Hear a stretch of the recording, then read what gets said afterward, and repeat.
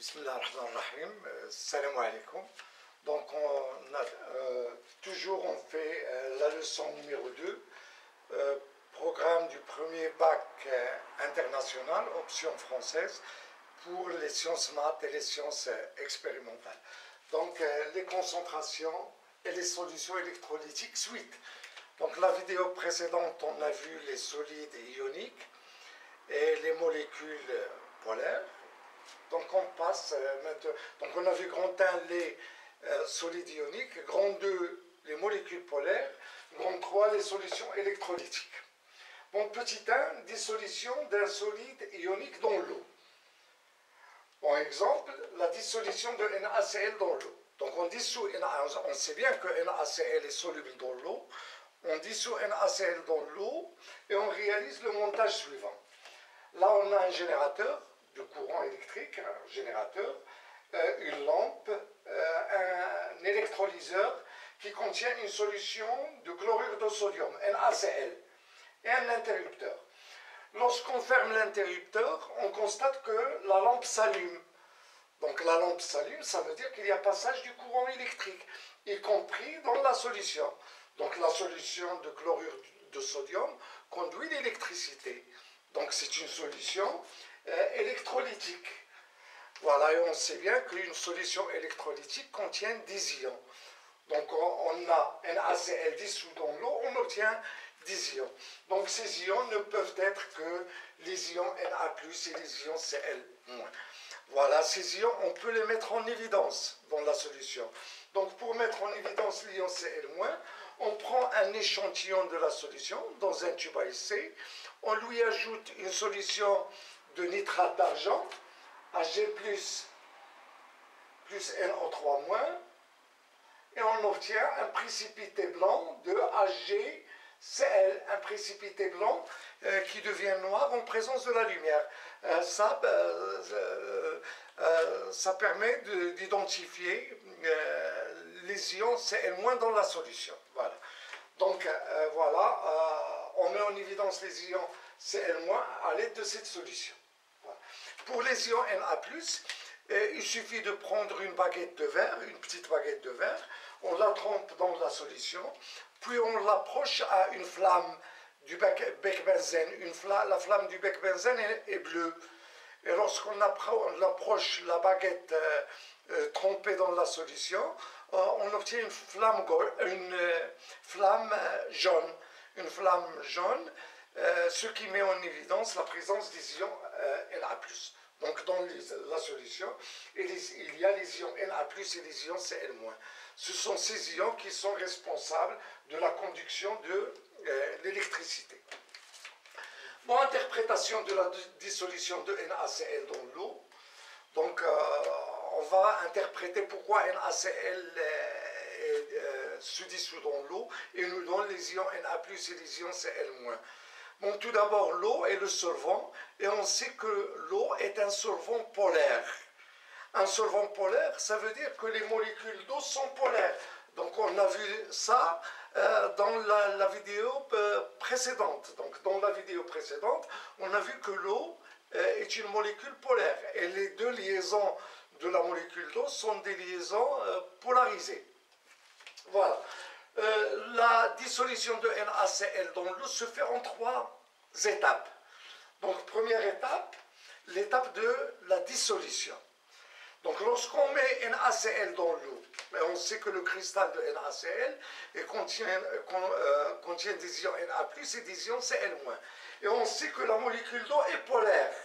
Voilà, la forme géométrique de la molécule d'eau est comme ça. Elle n'est pas linéaire. Elle n'est pas comme ça. Voilà, il a une forme géométrique comme ça. Voilà. Et la molécule est polaire. Pourquoi? Parce que l'oxygène est plus électronégatif que l'hydrogène. Donc il en résulte là une charge négative de delta-, et là une charge positive de delta+. C'est le barycentre de delta+ et delta+. Donc la molécule est polaire. Donc lorsqu'on met NaCl dans l'eau, les ions Na+ sont entourés par les pôles négatifs, et les ions Cl- sont entourés par les pôles positifs de la molécule d'eau. Et le cristal cristal se dissocie. Voilà. Donc la dissociation du cristal de NaCl est due au fait, et ça c'est très important, au fait que la molécule d'eau est polaire. Voilà, ça veut dire que la molécule d'eau contient un pôle négatif et un pôle positif. Les pôles négatifs entourent l'ion positif et les pôles positifs entourent l'ion négatif et la molécule se dissocie. La deuxième étape, c'est l'étape de l'hydratation, ou bien la phase de l'hydratation. Donc l'hydratation, chaque ion reste entouré d'une certaine molécule d'eau. Voilà, donc l'ion dans la solution, il est entouré d'une certaine molécule d'eau. Et pour exprimer ça, on écrit par exemple Na plus aqueux et Cl moins aqueux. Na plus aqueux, ça veut dire que l'ion Na plus est entouré d'un certain nombre de molécules d'eau. Cl moins aqueux, voilà, indique que l'ion Cl moins est entouré d'un certain nombre de molécules d'eau. Et la troisième étape, c'est l'étape de la dispersion des ions. Ça veut dire que les ions se dispersent dans la solution. Voilà. Donc si on veut écrire l'équation de la réaction de la dissolution de NaCl dans l'eau, il suffit d'écrire NaCl solide dans l'eau, H2O, ça nous donne Na plus aqueux plus Cl moins aqueux. Ça, c'est NaCl, la formule chimique du chlorure de sodium, et là, c'est la formule chimique de la solution aqueuse de chlorure de sodium. Donc on écrit Na plus aqueux plus Cl moins aqueux. On ne fait pas virgule, plus. Ça veut dire que les ions sont dispersés dans la solution.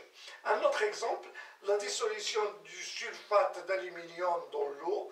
Le sulfate d'aluminium, c'est Al2SO4 3 fois, solide, dans l'eau. Il nous donne 2Al3 plus aqueux, plus 3SO4 de moins aqueux. Donc on sait bien que le sulfate d'aluminium est constitué d'ions Al3 plus et d'ions SO4 de moins. On a parlé de ça dans la vidéo précédente.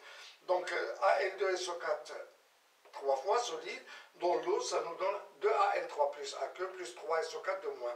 Ça, c'est la formule chimique du sulfate d'aluminium. Et là, c'est la formule chimique d'une solution aqueuse du sulfate d'aluminium. Donc là, on a vu la dissolution d'un solide ionique dans l'eau.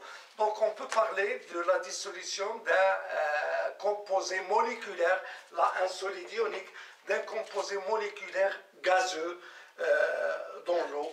Voilà, exemple, la dissolution, voilà, la dissolution de HCl gazeux dans l'eau. Voilà, donc on a un ballon qui contient HCl gazeux. On ferme ce ballon à l'aide d'un bouchon, un bouchon percé d'un orifice, et voilà que ce bouchon contient un tube à dégagement. Voilà. Donc, et là, un cristallisoire rempli d'eau plus un indicateur coloré, c'est le phénolphtalène. Puis, on place le tube à dégagement sur l'eau. Qu'est-ce qu'on constate? On constate que l'eau monte dans le ballon sous forme de fontaine. Voilà, الماء تيندفع على شكل نافورة. Ici, on obtient une solution de couleur rouge. De couleur rouge en présence du phénolphtalène, ça veut dire qu'il y a présence des ions H plus aqueux. Là. Donc, si on veut expliquer cette expérience, donc lorsqu'on introduit ce tube dans l'eau, cette eau introduite dans le tube fait dissoudre tout le gaz qui se trouve dans le ballon. Le vide. Voilà, on obtient dans le ballon le vide, et sous l'effet de la pression atmosphérique là, l'eau monte dans le ballon. Donc on a ici, on obtient une dépression, il y a du vide, il y a une dépression, et on sait que la matière a peur du vide, donc l'eau monte. Voilà, et on obtient là une solution de couleur rouge en présence du phénolphtalène, ce qui montre que la solution contient des ions H plus aqueux. Ici, on veut écrire l'équation de la réaction. direction. Et on écrit HCl gazeux dans l'eau, ça nous donne H plus aqueux plus Cl moins aqueux. Ça, c'est la formule chimique de HCl, du chlorure d'hydrogène. Et là, c'est la solution aqueuse du chlorure d'hydrogène.